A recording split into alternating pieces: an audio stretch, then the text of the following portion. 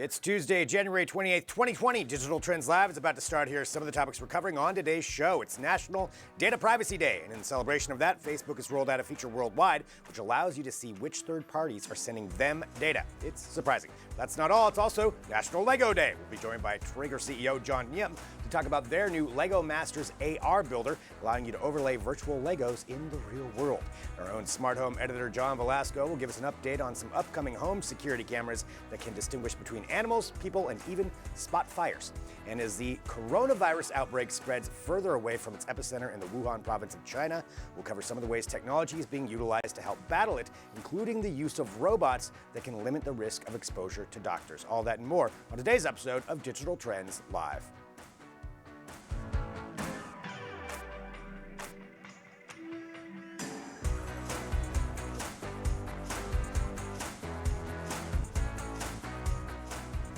Hello, this is Digital Trends Live. Thank you for joining us. However you find us, we do appreciate it. We broadcast live here every weekday, 9 a.m. Pacific, noon Eastern, bringing you trending tech headlines, news, interviews, discussions, and so much more. And we are broadcasting live across a number of different platforms from Periscope, Twitter, Twitch, Facebook, YouTube, LinkedIn, Dailymotion, Apple News, 3 different mobile apps, a smart television app, and of course at digitaltrends.com/live. There it is. That's proving that we are live, and that's part of the thing that we appreciate here with this show, though. We get to join in these conversations that we get to have, and you get to let us know what you think about the trending tech headlines. A lot to talk about today. Let's get going on it, though, right now. I'm Greg Nibbler here with Mr. Luke Larson. Hello, Luke. Hello. Happy National Privacy Day and happy Lego Day. And National Lego Day. It is a double national day today, so we've got a lot to get to. I don't know how these two can somehow join together, but yeah, you know, we'll make it work. At some point, we've got to have like a fight where we decide which day actually gets it. But it is National Data Privacy Day that we're talking about here first, and we've got a few different topics in relation to that. So let's start talking about them. All right, first up is this, and it's Facebook announcing the worldwide rollout of their Off Facebook Activity feature. Now, a couple of things with this. This is not something that's brand new, but the rollout is new. So they've been talking about ways to control how much data third parties are sharing with Facebook and vice versa for quite a while. We all know that there's an issue with that. We all know that they share a lot of data with each other, but how much was a little bit confusing to understand until now. So there used to be a thing called the Clear History function. They talked about that back in 2018. Then later in 2019, they rolled out something called the Off Facebook Activity feature, but only in Ireland, Spain, and I believe South Korea. So it was kind of a test in those markets first. But now it's been announced this is rolled out everywhere. And I went and took a look at it myself. It's something that you go into in your settings, and it will take a look and show you which other websites send their data to Facebook. So these are third-party websites that collect information, then send it to Facebook, and then that is how they target those ads that you see. So they know where you're going. And mine was surprising. It was over 1,000. Oh my gosh. Over 1,000 sites that have been taking my data and sending it to Facebook. And it tells you like roughly how many times you've gone there. Oh, wow. So like some of them are like 20 plus times, and it's a lot of details, a lot of info. You feel a little like you've been invaded, your privacy's been invaded? I feel a little bit like that. I mean, I guess I knew my privacy was getting invaded, but I didn't realize how much it was getting invaded and who was invading it. So going to take a look at this, though, I mean, it is pretty surprising on how much is out there. Yeah, you can see why they did a slow rollout and right? It took them a while to respond, because this is like, I think most people will probably be in a similar situation to you. Yeah. And most people will be shocked and want to turn this off immediately. Yep. Which is not good for Facebook business, I'm assuming. Well, no, I mean, I'm not sure exactly how it'll affect their business, because the other side of it is that these other sites, they're not deleting their data. So if you want your data deleted from wherever you went, you still have to do that, and they can go, I believe, right back to it. So I don't think there's really a way to control it in so all this time. isn't turning off. You can't delete the data that's already been shared. You can only turn off. You can break the third party's connection to Facebook. Okay, so I guess you can delete that one. You can delete that one. I'm sorry, this is just coming out. I'm still figuring it out. But so you can see how many interactions, logging in, searching, purchases, etc., that they're sending. So yeah, maybe you can break the connection. However, they're still going to be collecting data from the next site you go to. Right. So, right. You know, you go to another one, you'd have to go back through and do this thing. It's a daily thing. You have to check in with your privacy settings every day and delete the apps and services that you find in there. Yeah. Yeah. That's not great. And they're saying that part of this information, you know, what this really is talking about is, when, you know, how many times have we sat there and thought, okay, are you talking about something, and then you go to Facebook and you see an ad for it, and it feels like Facebook is listening to you. Well, what they're saying is that's because you're going to third-party websites. That's why you're getting those, and they're collecting data from all these different places, and that's how well they are at targeting the ads. Still, I think that I'm a little confused on that, and I think we all sometimes feel like it does seem like Facebook is listening to you, or different websites are. But that's what they're saying, is that they have so much information and such a detailed view of what you're doing online that they can target exactly to what they think that you're going to want. And a lot of times, they're right, or they're right that at least you're interested in something, or you went to a site. They know a lot of information about you.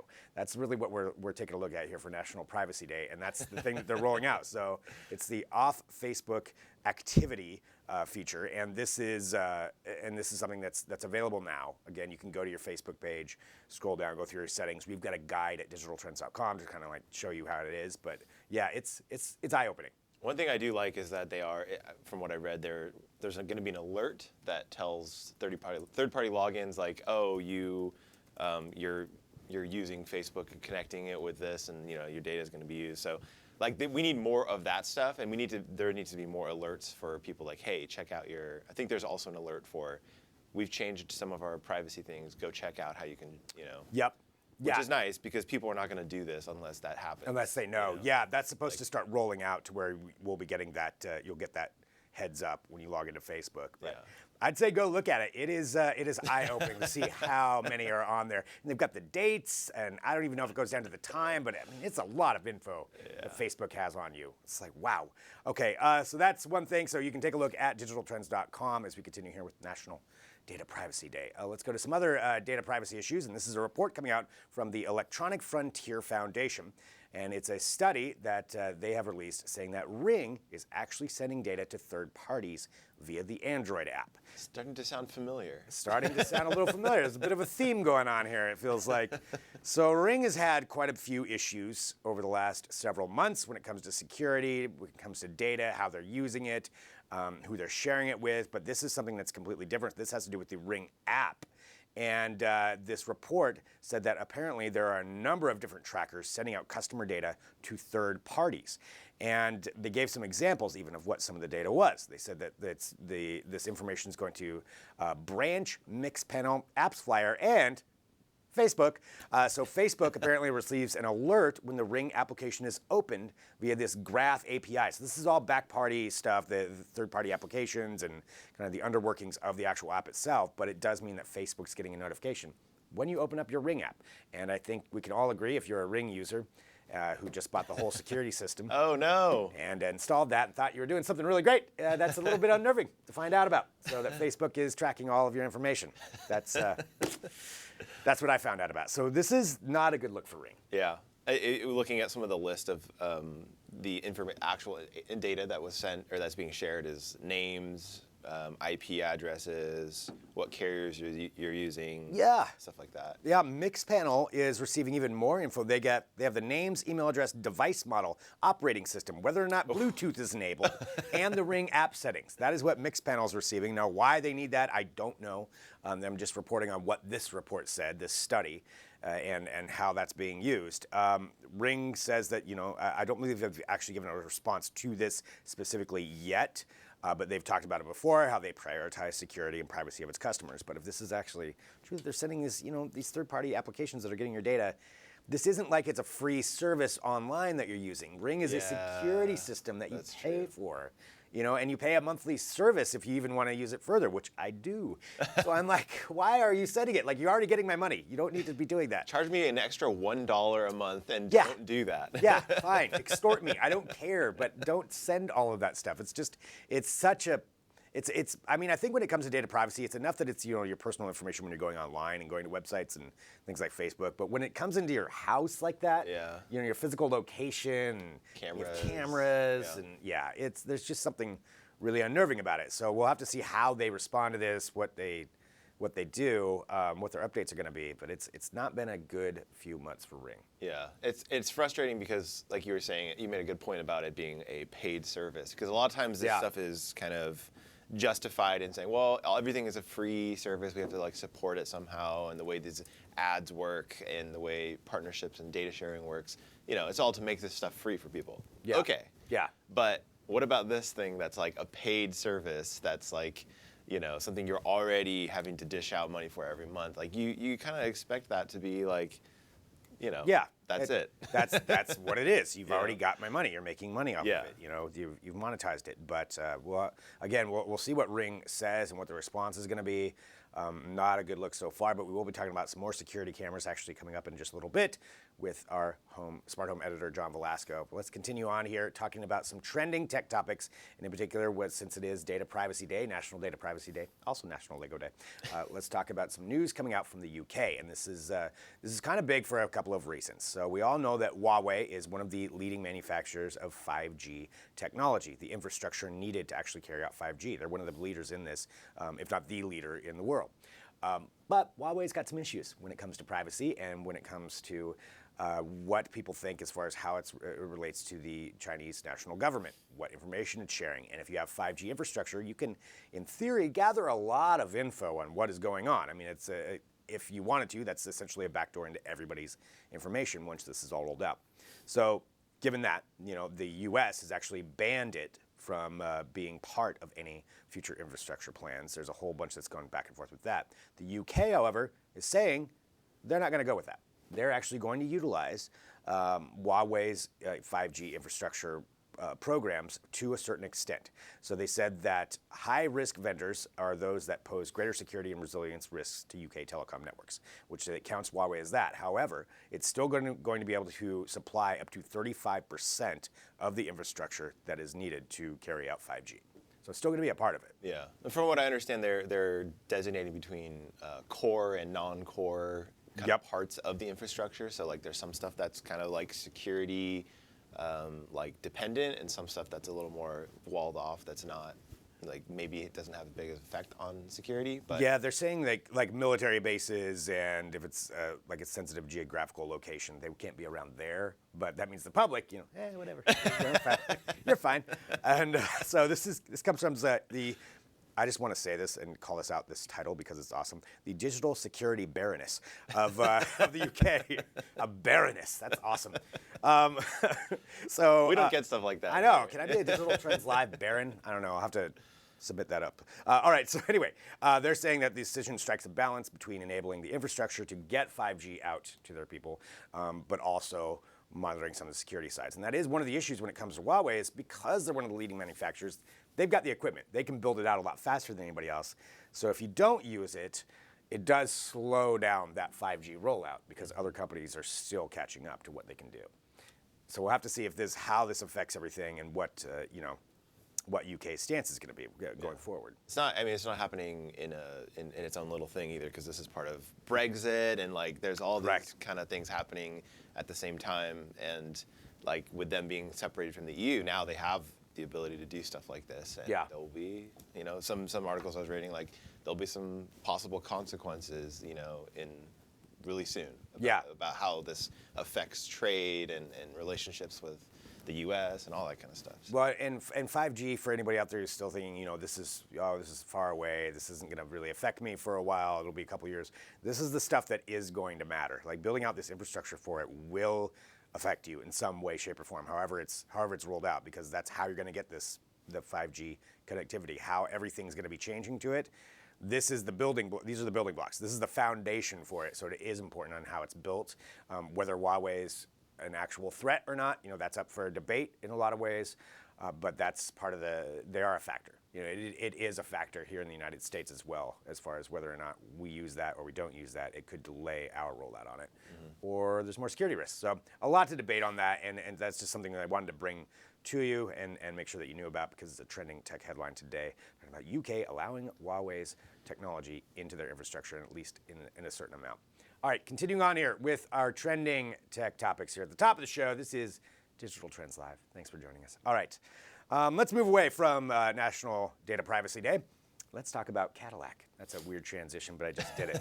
All right, when we talk about autonomous vehicles, this is something that a lot of companies are working on. We see a lot of companies testing this out, but it's still going to be a while before we actually have them on the road. However, there are certain aspects of autonomy that we can utilize now, and Cadillac, the Cadillac Escalade is actually one that's going to be using this. So GM has had this thing called Super Cruise technology, and it's been available on some of its models already, some of its different cars, and it's actually got its own mapping system. It allows you to take your hands off the wheel while you're driving.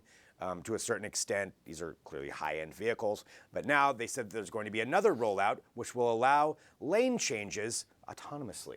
And what you'll do is you'll just let it know you want to change lanes, and then it will determine when and how it can do it. This is interesting because lane changing is seemingly one of the most difficult things for even a driver to do. I can tell you, as a driver in Portland, everybody here seems to have a real problem with changing lanes or signaling. So yeah, that is right. It does apparently have to be difficult for everyone. That's maybe a pet peeve of mine. But which is why I'm looking at this, and I'm like, maybe this is a good idea. Like, is this going to be better off? And that's what I want to know from people. So demonstrating that guy right there, Putting on his sunglasses, yeah, put on your shades, bro. So he hits the button essentially. You say like, I want to get into the right lane. The car then, with all of its sensors, will monitor where other vehicles are. It will monitor the speed. It gives you kind of a lineup saying auto lane change. It tells you what it's doing while it's doing it.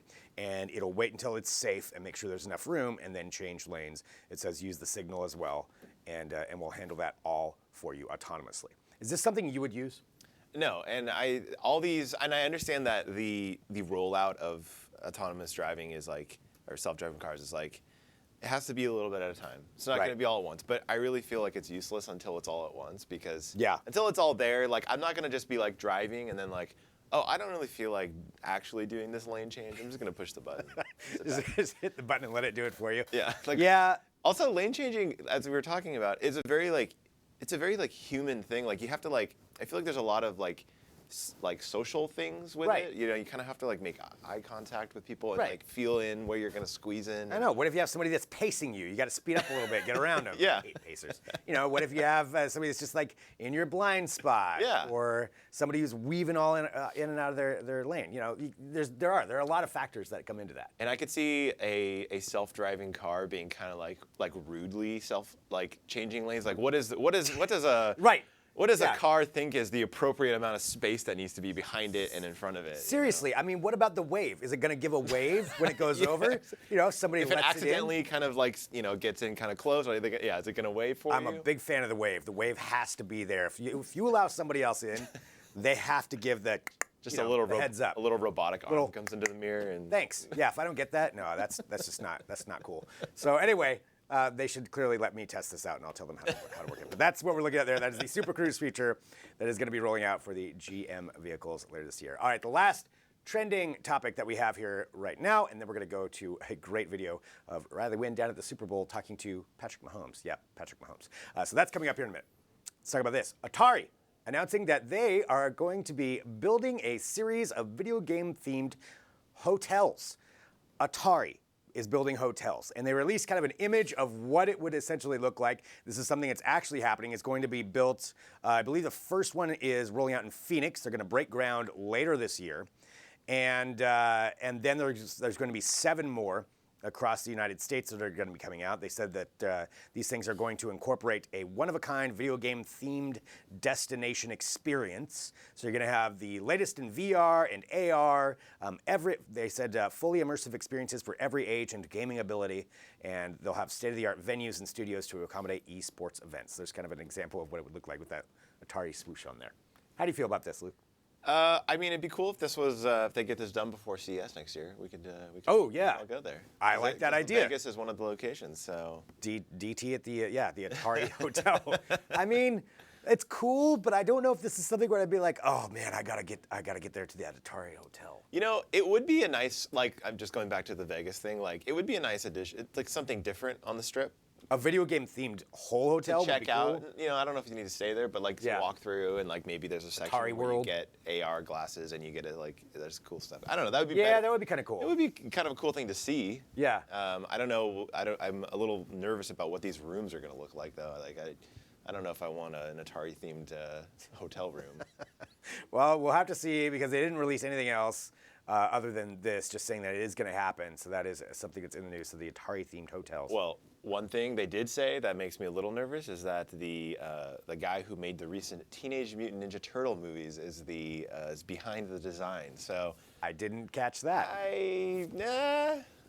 Really I don't know how you unnerving, feel like, about those Frogger movies, costumes, but or- yeah, I didn't catch those ones. All right, so that's the Tartine Motels. You can read more about it at digitaltrends.com. I know we need to get to a break because we have video of Riley Wynn down at the Super Bowl. So in case you didn't know, you should know this. Riley Wynn, Caleb Dennison are down there at the Super Bowl all week long. So it's media week right now, and they're covering a bunch of stuff that's going on behind the scenes, including how this broadcast is going to be really unique, like the tech specs behind that. Caleb's got that. Riley is talking to celebrities, so that's what he did. He talked to a bunch of football players yesterday, asking them questions about tech, social media. We're going to run that here in just a second, but before we go to break, Luke, thank you. yeah, thanks, Greg. Thank you very much. And thanks to everybody who's joining us here on Digital Trends Live. We are live. And we can take your comments, your questions as we go throughout the show. So hit subscribe on whatever platform you're on. Back here in a minute with more Digital Trends Live.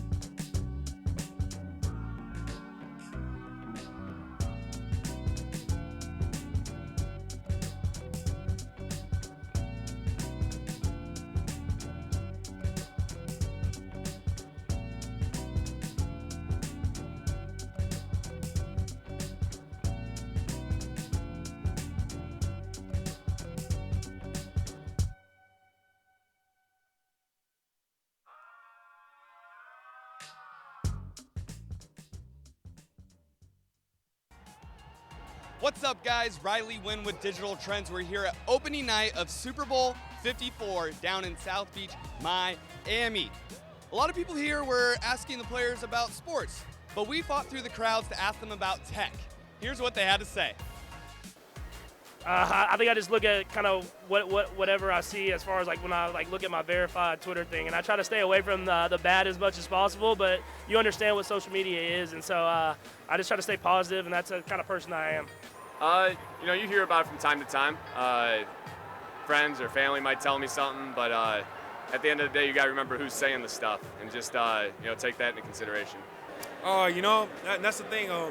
Throughout the season, I try to not pay attention to when I'm doing good or doing bad. I try not to look at social media because, as a player, it's majority of the game is mental, and you don't want any of those distractions or anybody outside of the fact of your immediate family or anybody tell you oh, you're terrible or you're doing good or all this kind of stuff. I kind of try to stay even keeled throughout the season to keep my head down and try to take it one day at a time. In the offseason, do you have a good social media presence? Do you like getting on in the offseason? I have a better social media presence for sure. My wife's been getting on me about social media, so I got to do a better job with it. So much. I read every comment. Yes. I'm okay with that. I got no issues with that. That's a good one. I've kind of gotten off that. I don't really look at mentions anymore and all that stuff. I still go on Instagram, but I'm off Twitter. I don't pay attention to any of that stuff, man. Because, I feel like social media can be a good thing and it can be a bad thing, especially for, emotional wellness, people who go through mental health things. If you're the type of person who get on social media and you see the likes and you see all the good stuff, that stuff can go to your head quickly. And I feel like nobody on this team, any of us, will never let that affect any of us. You know, so if you seeing the bad stuff, you can get down on yourself and you can start feeling sorry for yourself. So I don't look at any of that stuff, man. The followers, the likes, that don't mean nothing to me, bro. Like, I can post a picture and I can get 2 likes. As long as I see me and my teammates or me and my family on there smiling, having a good time, that's all I care about. I haven't played video games all season, but I'm a big Call of Duty guy. So whenever the season's over, I might hop on that. And I know I'm gonna be a little late, but maybe they'll have a kind of a battle royale by then, so I'll be able to hop in that. Rocket League and Call of Duty. Big time. Favorite video game? I don't know, man. I've been going back and forth. You know what I mean? I was on PUBG, you know, back when it was out for a while. Got into Fortnite. Obviously Call of Duty. You know, it's pretty much the shoot 'em up games. So what's your favorite battle royale? Battle Royale. PUBG, Fortnite. You know, Fortnite is like fun, you know, and you know, and all that, but like I like realistic kind of, so I'd say PUBG. I play Rocket League and I play PUBG. He made the switch to PC, so he kind of left me in the dust. I'm still on Xbox. I think it's given a more truer lens for the viewers to see what's really going down on the field. Not only the viewers, but the officials to be able to get the calls right. Man, it's out of my control. You know, at the end of the day, whatever they want. You think it's good for the game or bad for the game? It doesn't matter because it's working on both sides. So it's fair for both. You want to always make sure you get the call right and all that stuff. There are some things I think don't need to be replayed and all that stuff, but it is what it is, and you just got to evolve with the game. Nah. I mean, I've never been in that situation because when the ball thrown my way, I'm going to get it no matter what, you know? So I'm good. As long as that some technology can have me score 3 touchdowns and get 200 yards, I don't mind. What's my favorite Patrick Mahomes moment? Probably when he comes in the huddle and he sounds like a frog. That's probably my favorite moment. I crack up every time, just like it's the first time. You want to hear it? Do it right. Yeah, Kermit the Frog sounds just like that. I can't do that no more because he ain't gonna throw me the ball no more. Well, opening night is a wrap. We had a lot of fun, got a lot of fun interviews with the players. We have a lot more coverage coming throughout the week at digitaltrends.com. Also on Digital Trends Live, we'll have more interviews with players, some really cool behind-the-scene features. So if you want to watch those, you want to see those, tune in. Until next time, I'm Riley Wynn with Digital Trends, and thanks for watching.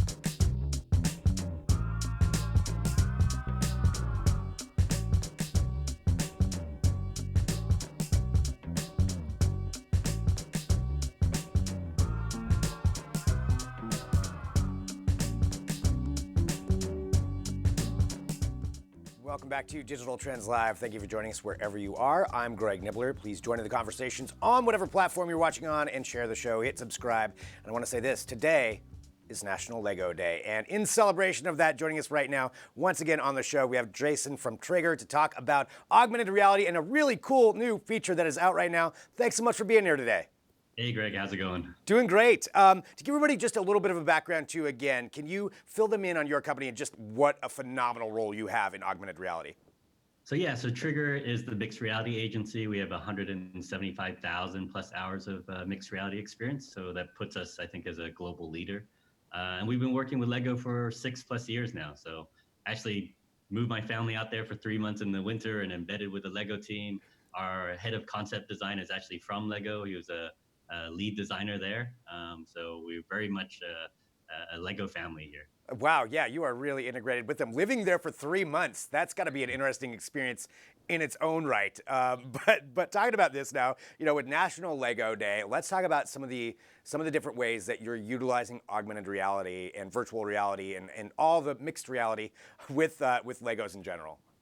Yeah, so the great thing is there's a new show coming out on Fox. It's actually Wednesday nights called Lego Masters. So that's like a game show where they are all these teams are competing to design their own Lego builds and sculptures in a contest scenario. So we're actually creating 2 Lego experiences to support that. One is this Lego Mosaic. So the cool thing is it's a Facebook effect. You can go to Lego Masters Mosaic and it'll launch the Facebook camera. And it'll actually turn your face and your video into a Lego mosaic that you can then share. And then the second thing we're doing is this master builder. So again, this is Lego Masters Builder. When you go there in WebAR, you can actually build with Lego bricks on your table in AR. And the fun thing about that is they're going to do weekly contests. They'll give you a challenge. So this week, maybe build a duck. Next week could be, building a vehicle or something like that. But it's all done in WebAR. You don't need any kind of app. It's just through your web browser. I actually tried it just before we went on air. Yeah, it's really cool. Just overlays on everything that you're looking at. So, looking at it from that standpoint, I'm curious a little bit more about Lego Masters and the show. What does it take to be a master builder? Do you know? And those guys are crazy. I mean, it's like we actually have some big fans in the office that are kind of trying to build at that level, but it's just amazing. You need so many bricks yourselves for one thing, and then kind of like the concentration and the teamwork needed to build these giant sculptures and the vision for it in a really short period of time. I don't know. Even the pros would have difficulty with what they're doing on the show, I think. Well, going from the show, I love this kind of interactivity to where they're going to have competitions using the augmented reality app. So far, let's walk through what it's actually like to use it to get that idea of that user experience. Yeah, sure. So it's using WebAR. It's just through your browser, and then you can plant like a little base plate in Lego, and then you start building with 2x2 bricks. And the cool thing is that there's a color picker, so you can choose different color bricks. For each new episode, we give you new colors of the bricks. And there's also new special stickers for that particular episode as well. And then you can build basically 6x6 and then up to 20 bricks high. So it can actually be quite a big sculpture. It's a 720 bricks just in WebAR. Well, and I feel like this is one of those things too for a lot of people who are just discovering augmented reality or know just a little bit about it. This is so relatable when it comes to something with the Legos brand. I mean, everybody knows Legos. Probably everybody has built with them. Everybody understands how it works, and to be able to overlay that in the world. So once you build these, what can you do with it after that? So once you build it, you can basically snap a photo of it, share it, put it into your native share, and then hashtag it and share it out. And when you hashtag it and share it out, you automatically get entered into that Fox contest. So let's say building the best duck, they'll kind of scrape and look for all the hashtag builds, and then they can from there they can pick the winners. I love this utilization of it. I mean, how do you see other brands? I mean, I'm sure this is something that could be extrapolated to other projects as well. How do you see brands utilizing augmented reality going into 2020? Yeah, I think the really interesting thing, especially with this, is that we're going beyond just playing some sort of animation. You're actually building some utility there. It's gamified, it's full construction, even just through the browser. And I think that's a big step. And I think in 2020, you'll see brands doing more of that as well, trying to bring utility versus just kind of gimmicky marketing into AR. Has to be useful. Right, it does. I mean, this is certainly a perfect example of that. I mean, it ties into the show. It's something you can actually see. I mean, it's fun. You can sit there and use it anywhere you want. Like you said, through the browser. I feel like that's a big step. It's not even through an app. It's just through the browser. Do you think that's something we're going to see more of with brands incorporating that? Yeah, I mean, I think we're using Eighth Wall, which is the kind of web AR platform. So you can, with social AR, which is Facebook, Snap, and Instagram, that's already making it quite easy because many users already have that on their phone. But with web AR, that's even less friction because it's anybody, any browser. You just have to have a fairly decent phone, but and then you can launch it right off of a QR code. So it's great for retail because they can launch it off of a point of sale. You can scan it right there and have something happen. So for the Lego retail stores and also off of the catalog, we did a gamified web AR experience that launched in their stores as well. And then the second thing the brand can do is like, not only do they launch it at the physical location, but they can take that same content and just put it in their social feed and launch it off of the digital channels as well. So someone could be browsing, Fox's Lego Masters page and launch the AR experience right from there. Wow. Looking at it from the Lego experience, which I want everybody to go there and try this. Like if you build something, if I build one in there, and I know there's a lot of options that you can do, can I then order that directly from the platform? No, you can order it from us, but we charge a little bit extra, but you can't order it from Lego. Okay, that's fine too. Well, this is really cool. So again, the Lego Masters AR Builder, which is what is out there right now, and I want to let everybody know to go and try that out and give it a shot. And the show, I believe, it starts airing this weekend. Is that right? Next Wednesday. Next Wednesday is when that comes out. So again, for National Lego Day with this Lego Masters AR Builder. Anything else you're excited with this? Like just to pick your brain with augmented reality this year. Any one other thing that you're very excited about? Big thing for us right now. A couple of things. One is 5G. We're doing a bunch of kind of 5G projects right now that really take advantage of that larger pipe and other things that 5G bring to it. And then volumetric video. So we are doing a bunch of captures of live people in 360 with 160 cameras at one time. So being able to place real people in AR, like real athletes or real celebrities and stuff, I think that's a real big innovation as well coming up. That is so cool. Yeah, just the sports side of it too. What you can do with augmented reality with that, I can only imagine some of the things that you're working on. Well, we'll have to definitely have a conversation about that again at some point too. And I want to say thank you so much for joining us here. Again, to direct everybody, where should I send them again to utilize your app? So LegoMastersBuilder.com and then LegoMastersMosaic.com. I'm going to try out Mosaic right after this because I haven't done that one yet. So. And if you guys are at the Super Bowl, we just launched the Big Bose audio AR experience there. So your guys should just definitely go check that out. We will send that to Riley and Caleb. Yep, we'll get them down there to try that out. Awesome. Well, thanks so much for joining us here on Digital Trends Live. See ya. Thank you.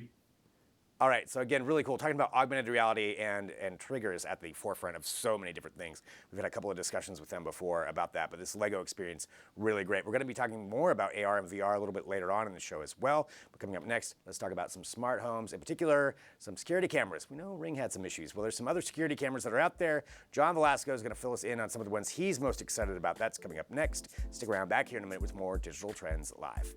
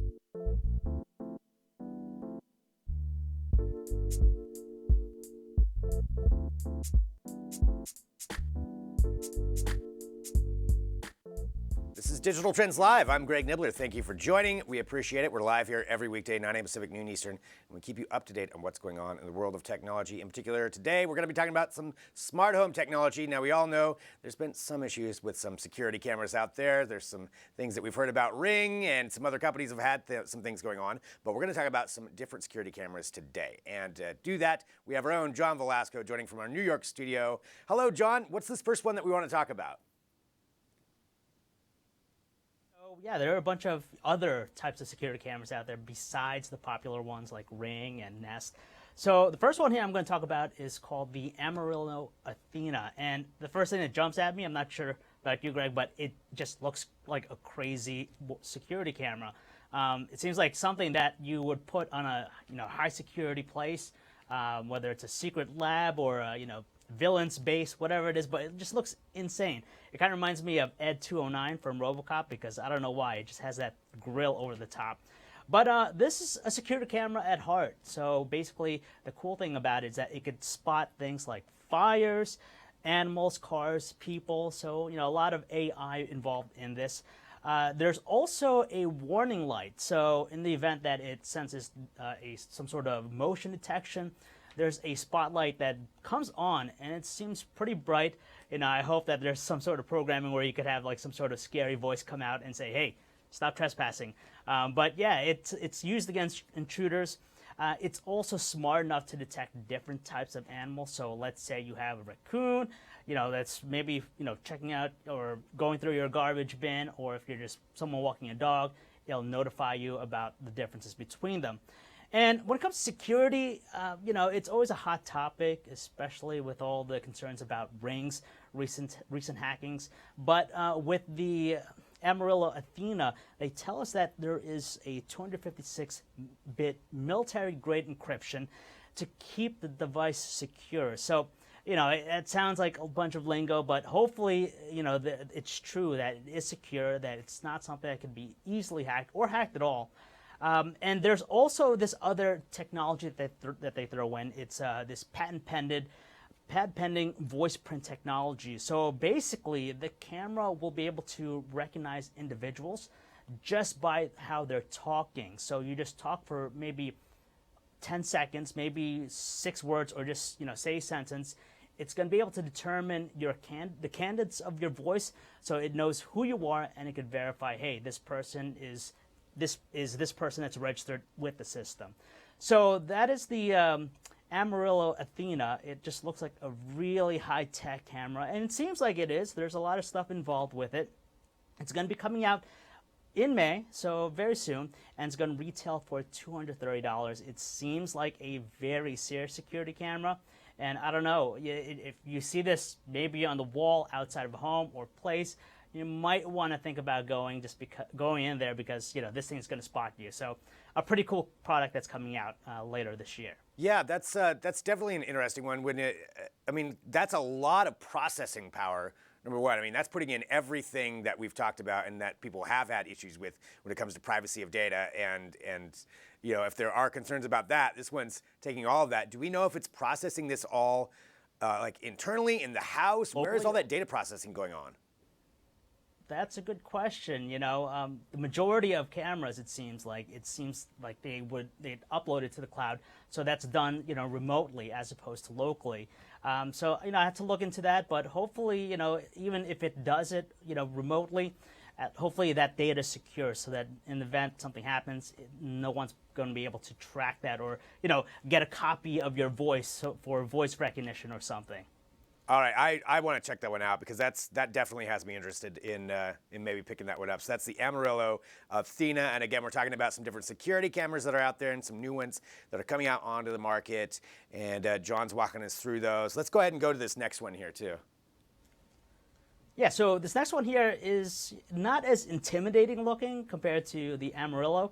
This is the SimCam 1S. It's an indoor security camera. And it's notable for the fact that they're selling it as a hacker-proof camera. So, with those rows with Ring's security, this will ensure that none of that's going to happen. But it looks pretty generic. You look at it, it looks inconspicuous, but it actually features 360-degree panning. So you put it on a desk or whatever flat surface, and with the panning, you'll be able to actually move it around in real time. So if you want to look at a specific area in your room and then maybe pan over to somewhere else, you'll be able to do that. So it's not like other cameras that are fixed. So at least you have complete visibility of what you're looking at. At the same time, too, the tracking helps out with the motion detection. So it'll be able to actually see the person and track if they're going from one side of the room to the other. They say that they never collect user data for AI training, or they share it with other parties, which, today Ring just had this, there's news about Ring selling data to, users' data. So, that's a good thing, with SimCam's camera here. Now, this one here, Greg, everything is processed locally on the device, and they say it utilizes bank-level encryption. So in that regard, nothing is being sent out. So in the event like, someone's at home and it's being recorded, that's not going to be sent out. It's being processed locally here. Now, the hacker-proof mode. Now, this is, anytime a company says that they are hacker-proof, right. It's, it's a dicey thing to say. But SimCam's what SimCam is saying is that you have this mode where you can only view the video when your phone, obviously using your phone to look at the camera, but the Sim camera and your phone are connected to the same network. So to me, this means that you have to be both on the same network. So in this specific mode, it's not something you'll be able to access remotely. So if you're at work and you're trying to access the camera in this mode, it's not going to work. It's only going to work in the event that you're both in the same network, obviously at home, and you have also the camera's protected by your phone screen, your lock on your phone. So if you don't have that and you're not connected to the same network, there's no way to access this camera, which, it's the benefit of having a camera is being able to use it remotely when you're at work and away. But I guess there's still some, challenges in making it really secure. So their thing is that they're making it hacker-proof by having you be locally there with the camera, connected to the same network, and you still have to use the lock on your phone to actually view the camera itself. So, in a sense, yes, that makes it very tough for a hacker to actually access the camera, but it just kind of limits its, usability. But the SimCam 1S, it's actually available right now. You pick it up for $130, and like I said, you'll have that panning, 360-degree panning. You're going to have stuff processed locally, and in the event that you are concerned about privacy and the videos, then yeah, there is that hacker mode available to you as well. Yeah, that's an interesting mode to use. I mean, I do like that both of these cameras that we talked about, the Amarillo Athena has, quote, military-grade encryption. The SimCam has bank-level encryption. And that's great. And I understand, I like the fact that they're paying attention to that encryption, and privacy of data is very important. That's putting it out there, so hopefully they do have some great encryption levels on that. But yeah, that's an interesting use, a hacker-proof mode, to where you can access it. I don't know if that's something I would want or not, but I'm definitely interested in the other one. Well, I know we're out of time, but John, thank you so much, as always, for sharing all of your info when it comes to smart homes. Appreciate it. And everybody, that is John Velasco there in our New York studio. So continuing on here with the show, big thank you to John. Let's do this. I know we need to get to a break because we have more interviews coming up. We have more stuff to talk about. We have more great guests joining us here on the show. So we have Naomi Asseroff, the founder from Cloud HQ, to talk about some more augmented reality and virtual reality trends. We're going to see a lot of AR this year. We've already been discussing it a lot, and we're going to discuss it some more coming up next. So stick around. Back here in a minute with more Digital Trends Live.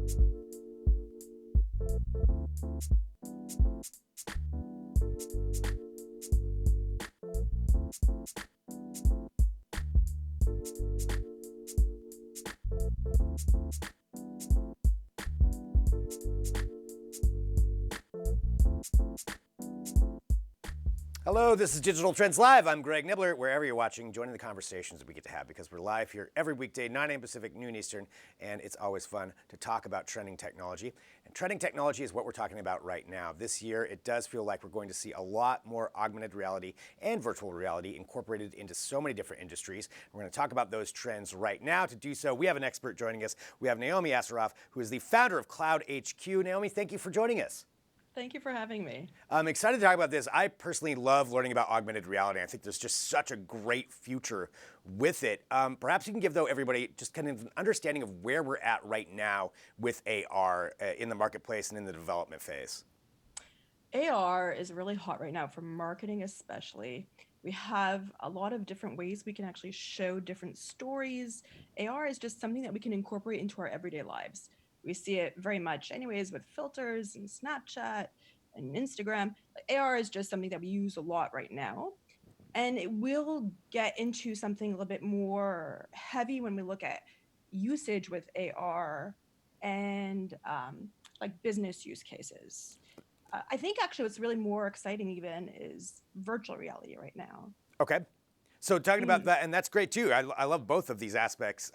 So talking about virtual reality, I think we're all at least accustomed to the fact of the headsets, playing games on them, and some of the different storytelling means that we've seen so far. How do you think that technology is advancing, and where are different industries taking it right now? So VR is really, really exciting right now because I think a lot of people are using it specifically for fitness and for gaming. And different apps are they're booming. It's unbelievable with the usage numbers that they have. Quest is like a huge VR headset that has been sold out for months since Christmas. I think in 2 weeks, they're going to be coming out with some more. Oh, what you're looking at now is Panasonic. I see the visual that you have up. These are really cool. These were actually released at CES. They were unveiled. They look more normal, don't they? Yeah. That's kind of what's interesting for VR because right now, like the headsets are kind of strange. It's very heavy set in the front. And when you're using it for gaming or for fitness, what you're doing is you're sweating in it. It's not actually really made very well for fitness, but you could see that that's actually where the industry is going very heavily. And because of that, we have to start developing other kinds of VR headsets that are not as heavy in the front. So that's kind of what's really interesting right now when we're looking at VR. We're looking at, okay, people probably didn't expect, or manufacturers probably didn't expect to see how people are using it more for activity-related activities. Right. Because in games, you're moving around so much. Right now, you're not tethered anymore. You have different kinds of setups where you can just move really freely. You have a lot of VR gyms popping up, VR arcades. I mean, it was my son's birthday on Saturday, and what did he want? He wanted a VR arcade birthday party. So, I mean, like, this is just really, really hot. And to see how easy that kids could pick it up is really also kind of an indicator of how easy it is for anyone to pick it up. So seeing more of those physical activities, and we showcased those ones that were debuted at CES. They look a little steampunkish, but I mean, they're definitely smaller, easier to use. I mean, they look more like glasses. So I think that's, from what I'm understanding, that's going to increase that usage and allow you to really get into those physical activities of a VR world that are just a lot of fun. So maybe like group activities, like you said, your son went to a VR party. Do you see it more being that, like a group interactive thing, or something that you do at home? Well, both. I mean, both, because you can go to an arcade and you can be physically with your friends playing different games, and you can also be playing in the same game with them as well, because it's also got a really cool social factor to it.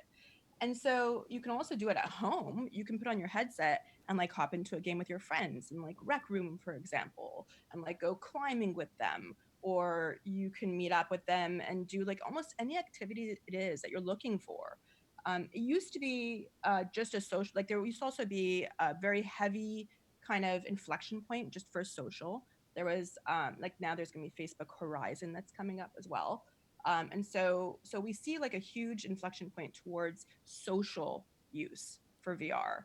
And in AR, we see companies trying to get into social, but when you don't have the social factor, it's a little bit harder to sell. So that's why I'm a little bit more excited about VR, because I see a social factor there. And when I see social factor, I see usage numbers. And that's what I think everybody else in the industry also sees. So looking at that, I'm curious about VR as a social factor. Now, maybe you can walk through some use cases of what that could be, whether that's going through something like Facebook or Snapchat. Will we be in a VR social world? Are we living in something, like Second Life back when that was a thing? I mean, what does this actually look like? Oh, Second Life Alex is coming out, right? That's very, very popular right now. Everybody is watching that right now. But we're of course waiting for that. But yeah, I think that there is going to be this virtual world where people are going to be able to be anything that they want to be, and represent themselves in any way that they want to represent themselves, and hang out with their friends in these virtual worlds. I mean, it's kind of difficult sometimes when we're always having to plan a get together, maybe with 10 friends or so. It's so much easier just to hop onto a social platform, and most likely you're going to find your friends in there. It's kind of like how Facebook was, right? A long time ago. Yeah. And now you can hop in there into your VR favorite game. And you make friends with people who are on the platform all the time. And actually, I think that's also an importance for moderators, VR moderators who are in public platforms. It's like Altspace does a great job of having moderators in every room, because they initially had issues where they required more of them. So now that they have them, it's really helpful to have those moderators in there. They become your friends, of course, and more of your friends that hang out there, you start making friends in those platforms as well. So you can hang out with your friends in real life, but you can also hang out with your friends that you make in these VR platforms. Looking forward just through the end of this year, going into next year, how big a role do you think VR and AR are going to play? And what do you think as far as hardware development that we'll see like by next year? Okay, so this is like a huge part of it. I think that it's growing ridiculously strong right now. Fitness is really huge. There's a YUR who's tracking all your fitness calories that you're burning and all the games that you have. You can see like the numbers growing so well. And so I think that it's starting to really boom in a huge way. And you can see that also through just the Quest being sold out. Pico is coming out with a really cool new headset that everybody's really excited about, because they're a little bit more weight specific, so like they know not to put too much weight in the front, so it's supposed to be much more comfortable. And you see Panasonic with those really cool like Burning Man glasses coming out. So you see designs coming out that looks like it will be a little bit more exciting for different kinds of play in VR. So you can be a little bit more fit with it, and you don't have to worry about like the sweat accumulating all in the front, which is something that like a lot of headsets are currently having to work with. And there's also companies like Mojo. Mojo's an interesting one. I haven't actually had a chance to try their prototype yet, but it's a contact lens. And so we're starting to see how we understand that people don't like to really wear anything on their face if they don't have to.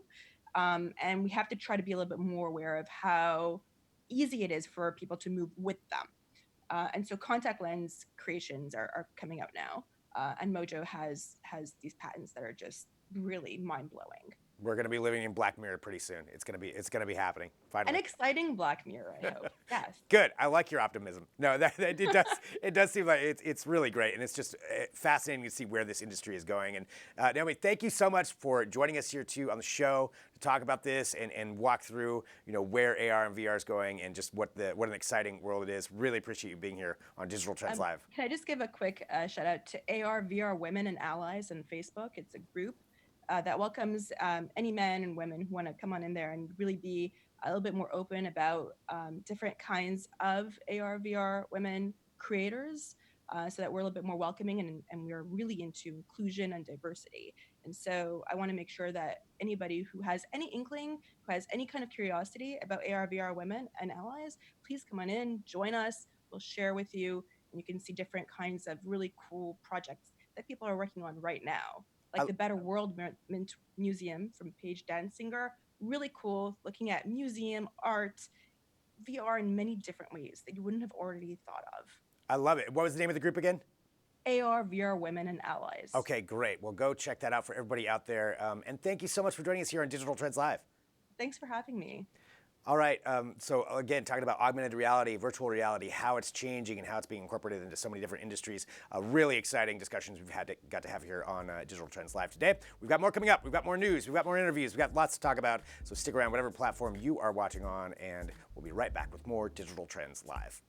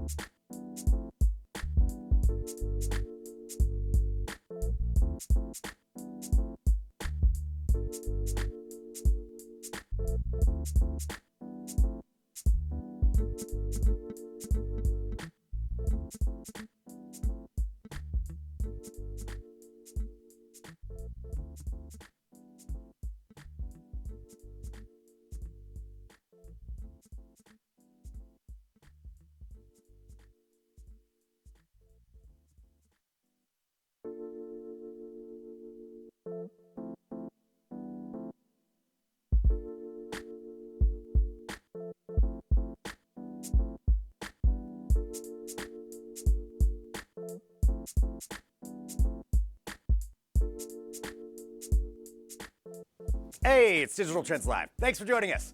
We appreciate everybody who joins us, no matter what time it is, no matter where you're watching. It's always fun having you here joining the show and joining the conversations we get to have. Let's talk about some trending tech headlines, and in particular, we've got a robot block for you. So to start off, this is actually something that's pretty serious. It's the coronavirus that is going around right now, of course, originating in the Wuhan province in China. We're seeing a lot of things happening as far as how far it's spreading.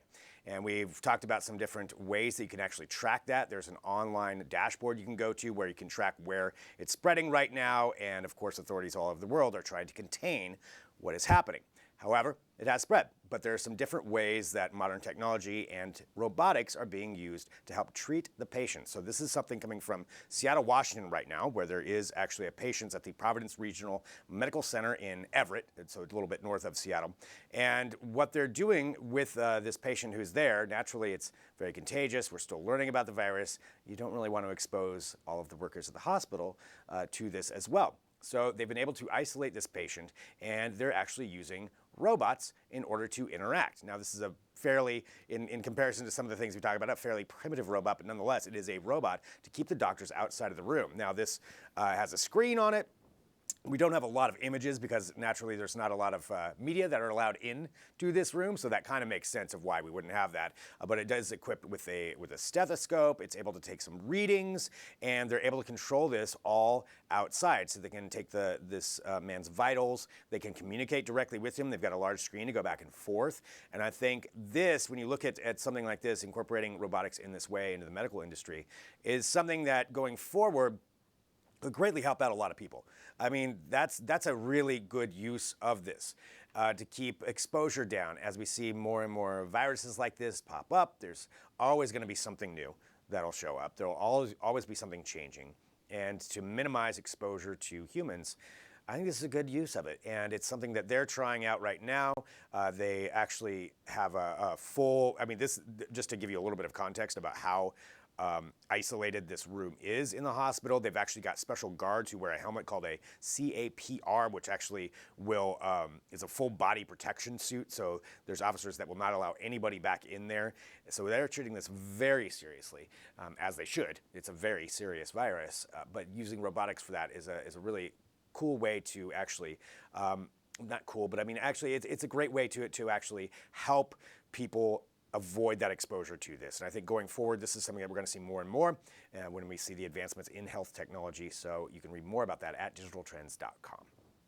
All right, let's continue on here talking about robots. We'll go from the coronavirus. Let's talk about something that's a little less serious, but still very important. And I'm talking about food robots, in particular, one named Flippy. Flippy is just that. It is a food flipping robot who has been around for a little while. Actually, this is from Miso Robotics. It's been utilized in quite a few different places so far. It's at a number of Cali Burger locations across the country. It's in Dodger Stadium. It's in the Diamondbacks Stadium in Arizona. And what it's used for is to help along with cooks in handling things that would normally take up their time, and that includes flipping burgers, flipping basic things, dropping fries into a fryer. And it's essentially a giant arm that extends out and it flips the stuff. And we've got some videos of it that kind of showcase it in action. And there we go. So there's Miso Robotics. There's what it does so far. It's got a spatula, flips the burger. You know, hopefully it's cooked right. But that's one way that they've seen this to help out chefs. Now they announced a new development with what they're calling ROAR, which is Robot on a Rail.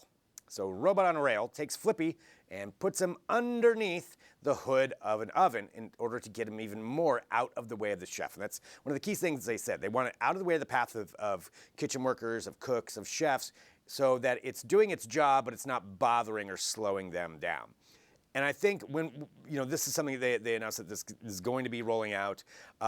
They said that they believe that this could be a real game changer. And certainly since we've seen it adopted so far in this number of different restaurants, these Cali Burger locations, Dodger Stadium, Arizona Diamondbacks, it just received a huge amount of influx of money for it, that this is going to be one of the newer things that you're going to be seeing incorporated in. And as we see robotics more into the workplace, certainly when it comes to food preparation, we're going to see more. At CES, we saw some different ones that could make salads, that could do cutting, that can handle all kinds of different aspects of the kitchen, all the way down to where maybe one day we'll have a Flippy in our own kitchens at home. But there's an example right there. Everybody's working along happy. They don't want to, that guy's really excited about it. And so he's dropping in, what do they got, some tater tots there, some chicken nuggets? I don't know. Either way, they're dropping it in. Flippy's handling it for you. Looks delicious. That is one of the things. Look how excited she was. So that's what we're seeing. That's Flippy with their Miso Robotics, with their new announcement for ROAR, Robot on a Rail, and something that you could be seeing soon at a restaurant near you. Read more about it at digitaltrends.com. All right, we're going through our robot block. Let's get you one more here to talk about, and this is a birthday that we missed, and we want to apologize for that greatly. And it has to do with the birthday of Marty the Robot. Now, Marty has been talked about here on Digital Trends before. Actually, I probably talked about him about a year ago. And if you go to any 300 Stop and Shop stores or 500 different grocery stores, you've probably seen Marty the Robot show up at a certain point. And so that is what Marty looks like. This is from Stop and Shop, talking about the first birthday party for Marty. That is actually what he looks like. Maybe not the ribbon on there, but he's got the big eyes, big giant smile, and Marty will roll around the grocery store. And what Marty does is takes a look for spills. Marty takes a look for different, if something's out of stock. And it's supposed to be something to help everybody else who's in the grocery store. Now, he's clearly very friendly with those eyes. I mean, what could ever be evil with those? Everybody takes pictures with Marty as he goes through, and he uses LiDAR-based sensors, pauses when shoppers are in the way, so he doesn't actually run over any shoppers. So that is a key important part when it comes to Marty. But that is the first birthday party, so I think we're going to see more of Marty's around. Some people do find him a little bit disturbing, but nonetheless, Marty the Robot, happy birthday, Marty. We really, congratulations, you did it. And you can see Marty if you go to a Stop and Shop near you. All right, let's continue on here. This is Digital Trends Live, and we get to talk about all kinds of trending tech headlines, news, interviews, and topics. And we're going to continue that conversation coming up next. And we're going to be talking about Pantone's Color of the Year. This is a big moment. It happens every year where we find out what color is going to be Pantone's Color of the Year, and then everything kind of revolves around that. They have announced it. We're going to walk through that, what that means, what some of the trends are. All of that is coming up next. Stick around back here in a minute with more Digital Trends Live.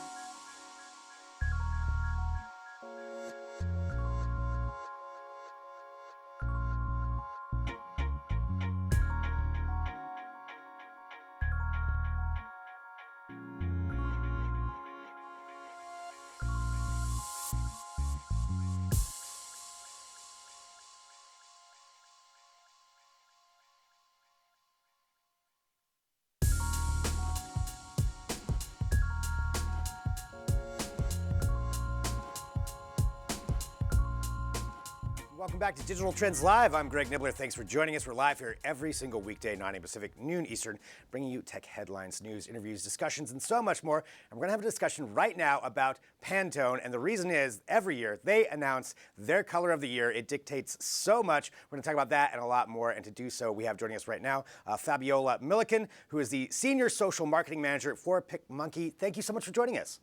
Thank you, Greg. How's it going? Doing great. I want to give everybody just a little bit of a background. Can we talk about what PicMonkey is too, just in case anybody doesn't know? Yeah, totally. So PicMonkey is a photo editing graphic design tool. It's web-based. You can create beautiful, beautiful professional looking designs with a very easy to use web-based tool. Nice. That's perfect. So talking about that and transitioning to Pantone, and I want, and in case people don't know, Pantone every year announces their color of the year, what it's going to be, and it kind of sets the tone for a lot of things. So let's talk about, I know last year I think it was coral, if I'm not mistaken. Yeah, coral, and now this year we've got classic blue. I love it. I'm a fan of blue, so this works for me. So what does that mean when Pantone picks classic blue? Like, what does that actually mean for real-world use cases? Yeah, so for a lot of marketers look to Pantone as sort of guidance for whether it's their brand or sort of what colors to look at and for in the future for this coming year. And as a marketer, I think I was a little underwhelmed this year. I love blue too. But for classic blue, I wouldn't recommend to a marketer to look to that color for their brand at least. So it does seem a little bit boring going from coral to classic blue. Yeah, it's 2020. So it's the time to be bold. So why is it that you think that was selected? I mean, is there a trend toward that, or what do you think was the meaning behind selecting classic blue? I don't know.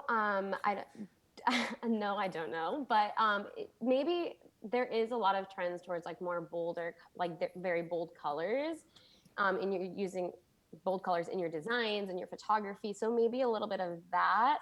But it is also a very corporate color, kind of cold and honestly very forgettable. So I would work way away from blue for myself and for my branding, and I would recommend to marketers to do the same. So, well, let's get your recommendation then. So with you, knowing the field, classic blue, forget about that. What would you recommend for people who are looking to update their branding, change their marketing this year? I would recommend looking at your brand first, and you have a lot more answers than you know, and you don't have to be a color expert, and you don't need a color expert to tell you what your colors should be. I think that with your aesthetic and your story and your images, whether it's your brand images or your product shots, or whatever consistent images you are using in your brand, you can create a mood board, you can have color pickers and sort of make your color palette yourself. You have a lot more answers than you know, and just trust yourself a little bit and use a tool like PicMonkey to build that brand board and that mood board and sort of build your own color palette rather than looking to what everyone else is doing and blue. Well, looking at trends right now for 2020, as we're entering the year, what are some of the big marketing trends that you're seeing? Yeah, so with design specifically, I think it's really important now to use a lot of images with your designs when you're marketing. So whether it's product shots or images of yourself, of your personal brand, it's in the time to be more candid and the time to be more authentic rather than staged and sort of more on the boring side. I think it's time to sort of tell more of a visual story. And with that, you can use bold patterns, whether it's graphics in your designs, and be a little bit more asymmetrical. Don't worry so much about the grid and keeping everything centered and consistent. I think treating your digital marketing a little bit more like a scrapbook, like a story, and telling a visual story a little bit just creatively. That's sort of where trends are going now more than ever. Well, I'm sure you follow along with a lot of what other companies are doing too, and take a look at what, we talked about the trends, but I mean, brands specifically, who are some of your favorites right now that are really doing a good job with it? Oh, I really love Starbucks. Has always just been one of my favorite brands to look at for digital marketing. I think they're always using really creative visuals, whether it's on social or you're walking down the street and you see a Starbucks sign.